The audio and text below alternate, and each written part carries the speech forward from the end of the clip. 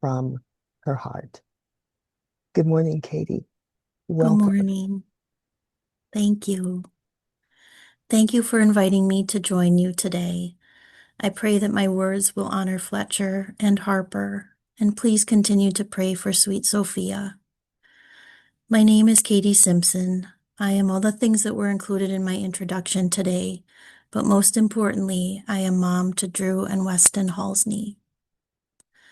On Wednesday, August 27th, Weston was excited to go to school.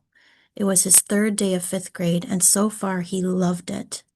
His best buddies were in his class, his teacher was wonderful, and there had been no homework assigned. He quickly got ready for the day, jumped on his bike, and gave his usual farewell message. Bye, Mom, I love you. I hope you have a good day. As Weston pedaled off to Annunciation, Drew and I got in the car to begin our trip downtown, where Drew is a sophomore at De La Salle High School. As I dropped Drew off that morning, I was struck by the ease of the morning routine and the beauty of the warm, sunny day. As I drove back home by way of Diamond Lake Road, I came upon a very disturbing scene. I saw a police car pull into the Annunciation Church driveway and witnessed two police officers as they jumped out of their squad car, guns drawn. My initial thought was that the children must be in lockdown in the school. They will be so scared. I need to stay close by. I watched another 3 squad cars show up in the time it took me to pull my car over. I watched for a few moments to be sure that there was no immediate threat and then hopped out of my car. I am a nurse, a helper. It is my nature to want to do something in times of crisis.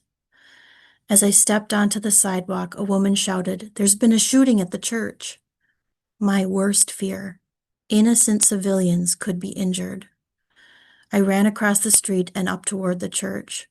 As I got closer, I noticed the doors opening and 2 familiar faces tentatively stepping out of the sanctuary. 2 teachers whom I know well, and behind them, children in green shirts and blue shorts and plaid rompers. Oh no, it is Wednesday. The children were at Mass. Dear God. I raced up the sidewalk to these beautiful children who I know and love as they came toward me in surprisingly well-assembled lines. Their darling faces were panic-stricken and tear-stained. Many were crying, screaming, calling out for friends and siblings, neighbors and classmates. I spotted Weston, and he ran into my arms.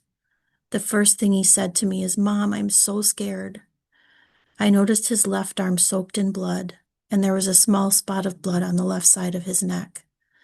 I won't share the other horrific images that I witnessed that morning.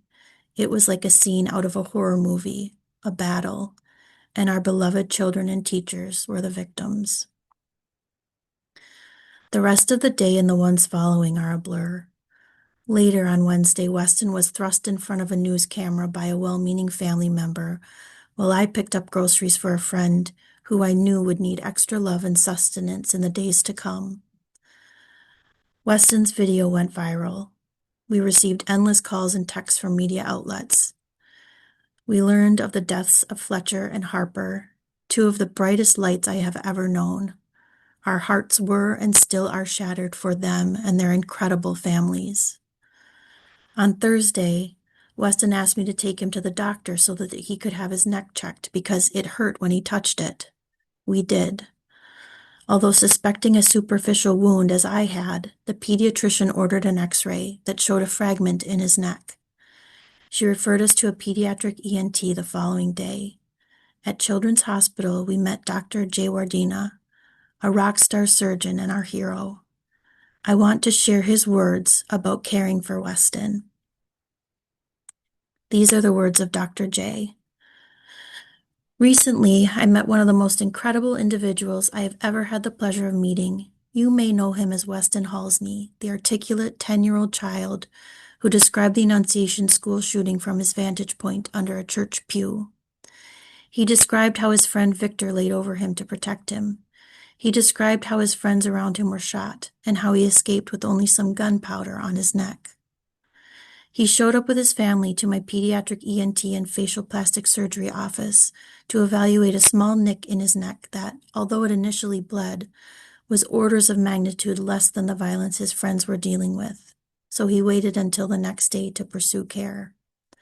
His pediatrician had ordered an x-ray to make sure nothing was in his neck. After identifying a small metallic object on x-ray, the pediatrician called my team and I got him the next available spot in my clinic. I spoke to the family about what had happened and listened to this remarkable child recount his harrowing story. We attempted to understand the trajectory of the bullet and what his options were for removal. I described how it was very close to some vital structures, but I need more information before being able to guide the family regarding next steps. We obtained a CT scan to identify exactly where the bullet fragment existed amongst other vital structures of his neck. As I scrolled through his CT scan, I watched the trajectory of the bullet stop the moment it touched his carotid artery, the main blood vessel to his head and neck. I will remember that moment, sitting alone in my office, as I realized the gravity of his situation for the rest of my life. The bullet fragment made a straight line from his entry wound to the lifeblood of his neck and ran out of momentum immediately prior to injuring this critically important structure. I called his family and described this miracle to them. I also described that the surgery to remove this would require intricately pulling the bullet off the carotid artery without disrupting its flow, a location with life-threatening complications. Weston described how this bullet fragment represented something that killed his friends and he wanted it gone. We discussed with his family how it was important to them for their own grieving to remove this evil from his neck. As a surgeon, it's moments like this that make what I do worth it. I made a promise to him that afternoon I met him to not let the bullet fragment be something that he would have to physically carry for the rest of his life.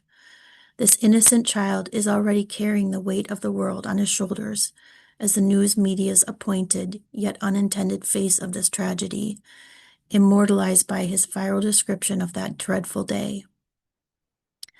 On September 3rd, a team of amazing individuals and I made Weston's life simpler by successfully removing the bullet fragment from his carotid artery at Children's Minnesota, Minneapolis. I expect Weston to make a full recovery. I often ask the children I see in my clinic what they want to be when they grow up. It helps me give perspective to the surgeries I perform for them in a context that both children and families can understand. I asked Weston this the day I met him, a couple days after he bore witness to the murder of his friends. In the midst of a story that would devastate any adult, I know, his response was, "I'm not sure exactly, but I know I want to be nice. I have gone to school for many years, but I certainly lack the wisdom and insight of this 10-year-old boy." I write this story because I think we all have a little bit we could learn from Weston Halsey. Now that the dust has settled, the wounds are healing, the bullets removed, and those who are lost mourned, I have one final reflection in the spirit of my newest and most articulate role model, Weston Halsey. Cut it out. Keep it simple. This isn't political, it's about kids. The children of this country are the best of us, and it's up to the rest of us to keep them safe. Now let's solve this problem together and be nice about it along the way. With love and hope. Dr. J. Wardina, dad to 2 daughters, surgeon for kids. Dr. J did a beautiful job encapsulating his experience as a pediatric surgeon caring for Weston. He also wrote this letter as a father with a huge heart who wants to see action as a result of this senseless violence and loss. While there is a great deal of sadness that has come out of this, I want to take a moment to recognize the miraculous. It is a miracle that Weston and so many of his classmates are still here.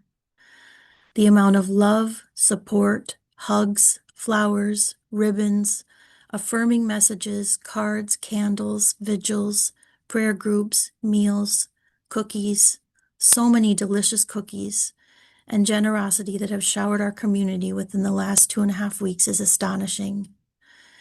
In the face of chaos and division, we have shown up for one another, and we will get through this together. We are all moving our feet in the direction of love for our children and for each other, and that is where we find God. These children will forever be impacted by the events of August 27th, and they will know and feel that what comes after the darkness is the light. They will know that God will meet them in times of challenge, which they will face, and in grief, which they will experience, and in pain, which they will surely know. Dear God, thank you for coming to us in our lowest place and for shining your light onto our community and our children. We continue to pray for all families, but especially the families of Fletcher Merkel and Harper Moisky. Let us continue to build a future filled with hope.